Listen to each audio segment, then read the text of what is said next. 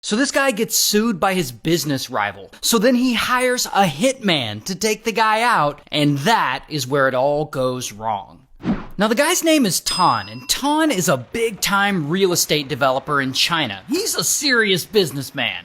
But one day in 2013, he gets into a disagreement with another real estate developer. This guy, Mr. Wei. And so they're arguing about this property they're both working on. I don't know the exact details of the argument, but it gets heated. And these guys can't seem to agree on this. So things escalate, and they have to get some lawyers involved. And suddenly, boom, Mr. Wei hits Tan with a lawsuit. And before Tan even has time to fight that lawsuit, pow, Mr. Wei hits him with another lawsuit. Now, obviously one lawsuit is bad for business, but two lawsuits? That just feels personal. But more importantly, Tan is worried that these lawsuits are going to have a negative effect on the financial side of this development. And this is where it gets crazy, because at this point, Tan could chill and let his lawyers handle all this, but that's not what he's gonna do. He is too pissed off. Instead, he comes up with a much different plan. He's gonna hire a hitman to take Mr. Wei out and get rid of him for good. And so Tan asks around about finding a hitman. I assume he asks around. I'm not sure how else people find a hitman. But however he does it, he eventually finds one. This guy, who we'll just call Hitman 1. And so Tan reaches out to Hitman 1 and he offers him 2 million Chinese yuan to assassinate Mr. Wei, or about 282,000 US dollars. And Hitman 1 is like, alright. But here's the thing though. I guess Hitman 1 doesn't really want to do this job. He just wants to make some money. But he's got to make his client happy. And that is when he gets what he believes is a brilliant idea. He'll just hire a different guy to do it. And so he himself starts looking for a hitman to finish this job. And he looks and he eventually finds one. This guy, who we'll call Hitman 2. And so Hitman 1 hires Hitman 2 to assassinate Mr. Wei. But instead of paying him $282,000, he only offers him about 140,000 US dollars. And he pockets the rest for himself. And so this assassin just subcontracted the job to another assassin. But whatever, Hitman 2 agrees to do it. He takes the job. Okay, but here's where it gets really weird. I guess Hitman 2 also really doesn't want to do the job. And so he gets what he believes is a brilliant original idea. He'll just hire a different guy to do it. And so he reaches out to another assassin for hire, a guy we'll call Hitman 3. And so Hitman 2 hires Hitman 3 to do the job. But instead of paying him the $140,000 he was paid, he only offers him $71,000 and he pockets the rest for himself. And of course, Tan, the original guy who wants Mr. Wei dead, he has no idea this murder for hire job is being subcontracted out. He still thinks Hitman 1 is gonna do it.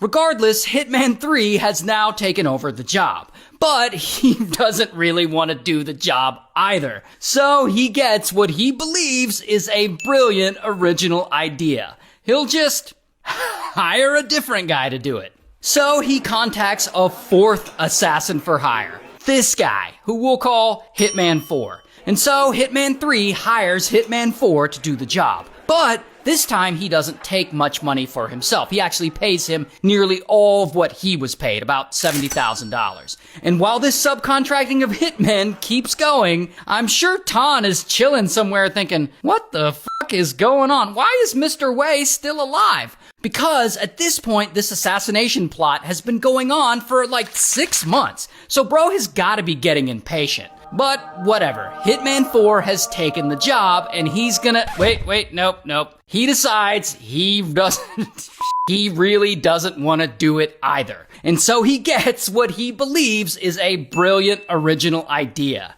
He'll just hire a different guy to do it. And so he reaches out to a fifth hitman, a guy who we'll call Hitman 5. And so Hitman 4 hires Hitman 5. But instead of paying him the nearly $70,000 he was paid to do the job, he only offers him $14,000. And he pockets the rest for himself. And Hitman 5 accepts. Regardless, this is the final Hitman. Like, he's not gonna subcontract this gig to anyone else. He's actually gonna get the job done and take out Mr. Wei once and for all.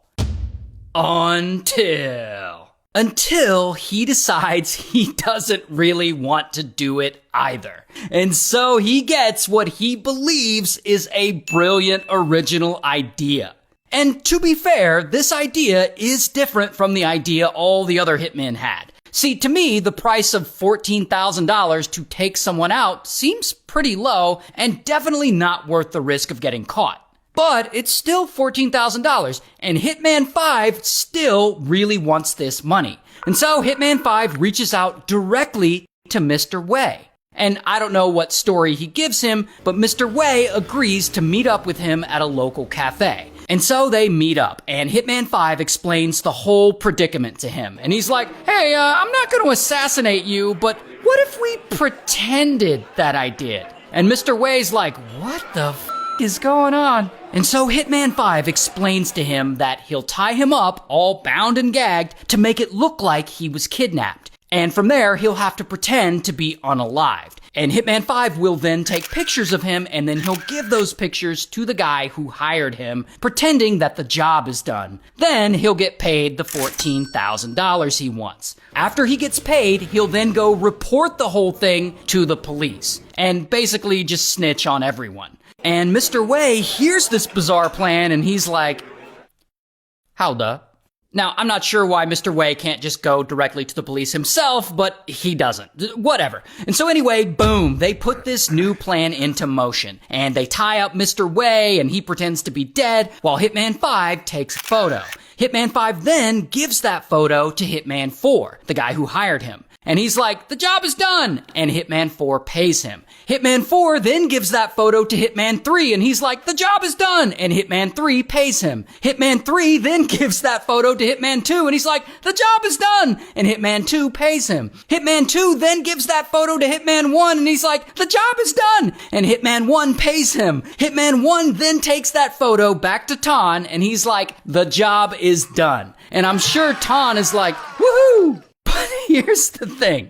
Hitman 5 doesn't actually go and report all this to the police and snitch on everyone like he promised he would. I'm assuming that's because it would then implicate him and he doesn't want to get in trouble. I guess you can't really trust a hitman these days. But Mr. Wei, I guess he finally realizes that he can just go to the police himself, which he could have done all along. And so he goes to the local police and he tells them all about this attempted murder plot against him. And so police start investigating. And pretty quickly, they follow the trail of each hitman and they work their way backwards until they get to the original mastermind of this murder plot, Tan.